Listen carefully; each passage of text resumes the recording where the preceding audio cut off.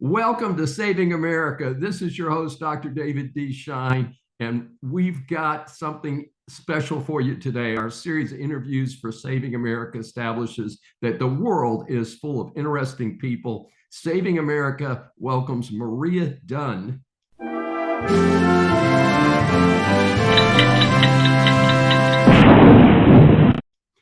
And she is running to complete the term as a U.S. representative in District 18, and that is due to the death of the longtime incumbent.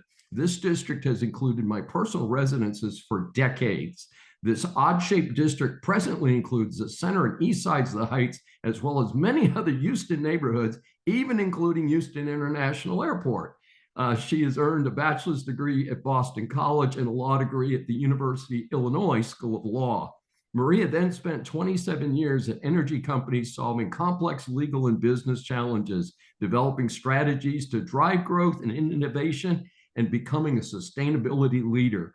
Known for her integrity and decisive leadership, Maria has successfully navigated change and led teams to achieve outstanding results. She is a wife, a mother, and community advocate. She's committed to fostering job creation, supporting businesses small and large, and using her problem-solving skills to make a positive impact on her community. We welcome Maria Dunn for her first appearance on Saving America.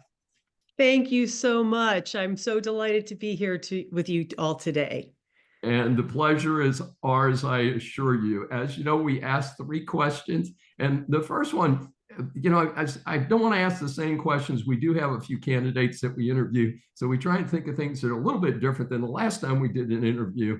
So you've lived in several distinct parts of the United States. How has that experience in other parts of the United States helped you in terms of being a better Houstonian? Thank you. I love that because it touches on a really important part that I bring to the district, and that is breadth and depth and love of people.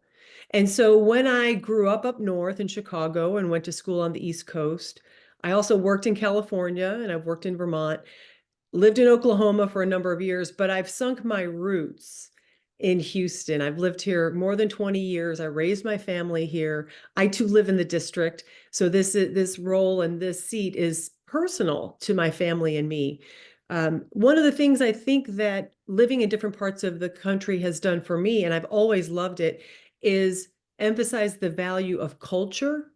That's that unspoken aspect of the way we act with the people, and to be aware of different cultures and sensitive and mindful and respectful to it, I think is helpful. And then the other thing it has helped me figure out is how we have so much in common. That while we may have geographical differences or cultural differences, it is something that can bring people with their humanity together over commonalities. Well, it makes perfect sense to me. Now, you were a corporate attorney for 27 years. Some might ask how that impacts your ability to be a good congresswoman now. Yeah. Let me tweak that experience just a little bit, if I may, Sure. because I've worked 27 years in the energy industry. About Aha. half of that time was as a lawyer, and that was in-house doing business deals, mergers and acquisitions, growing businesses, having to change and transform businesses.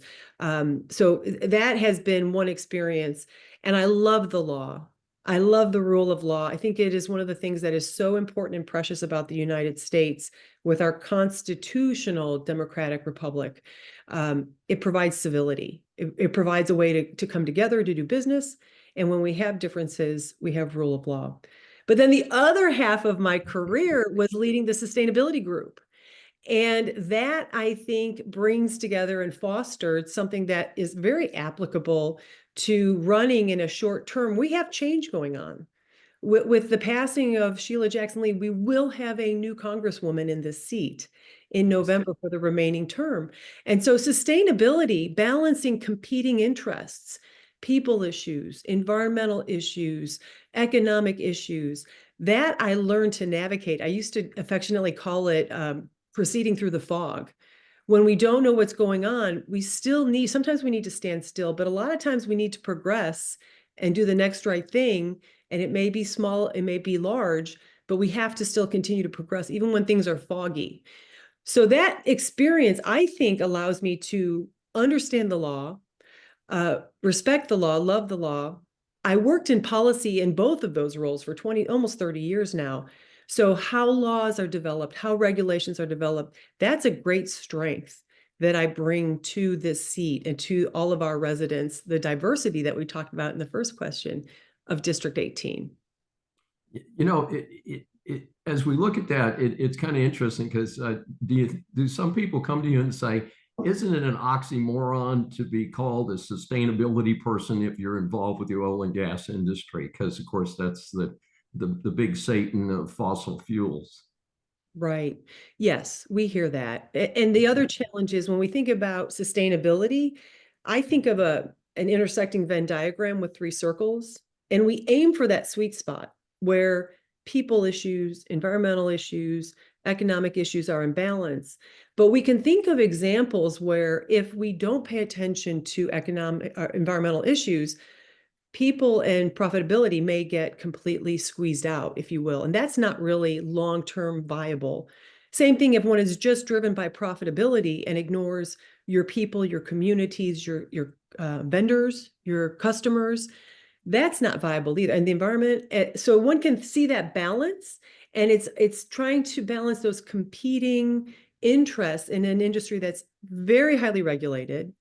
And then I would say, as a practical matter, David, is I lost power for 6 days in the most recent storm we had here. And it's pretty uncomfortable after about 12 hours, isn't it? So Yes. the importance of reliable, affordable energy, I think we have learned. We have the benefit of being in the energy capital, and the companies that I worked for and with are trying to find that sweet spot to deliver a product that's so valuable and needed economically, caring for communities, and environmentally well. It's a tough job.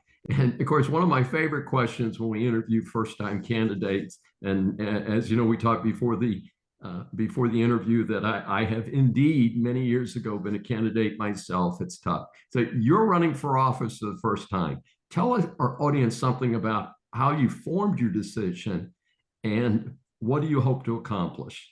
Yeah, thank you.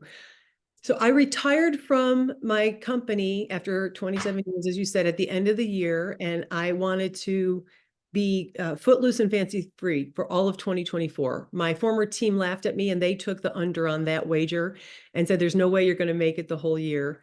So beginning of the year, did some fun travel, helped one of my children through some situations, middle of the year, did some little bit home repair and improvement. And then when this seat came open, I got really quiet and reflective because it kept coming back to me to do something.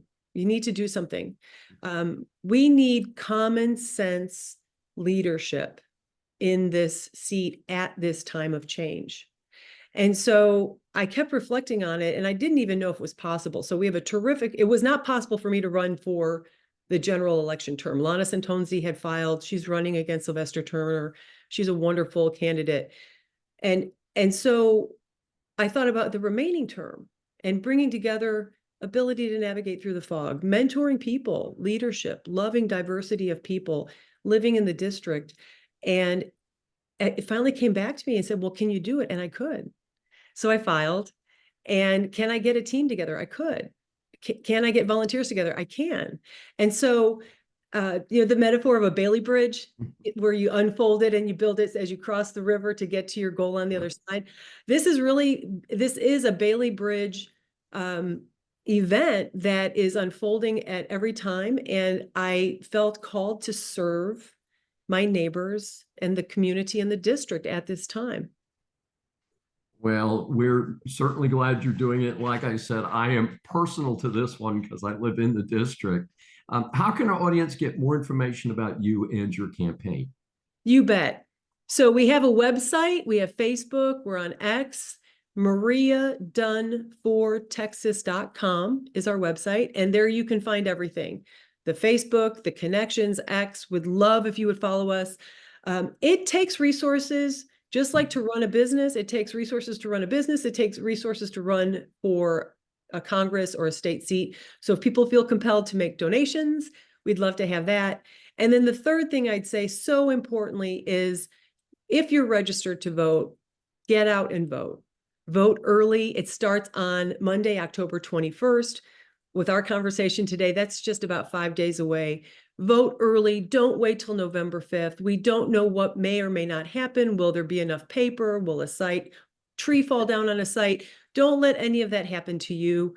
There are numerous locations and early voting. I think the benefit of it is one can go to any site. So wherever you are, running an errand, picking up the kids, going to work, going to church, it's open on Saturday and Sunday. Get out and vote. In addition to voting early, what I would love people to do is vote all the way down the ballot.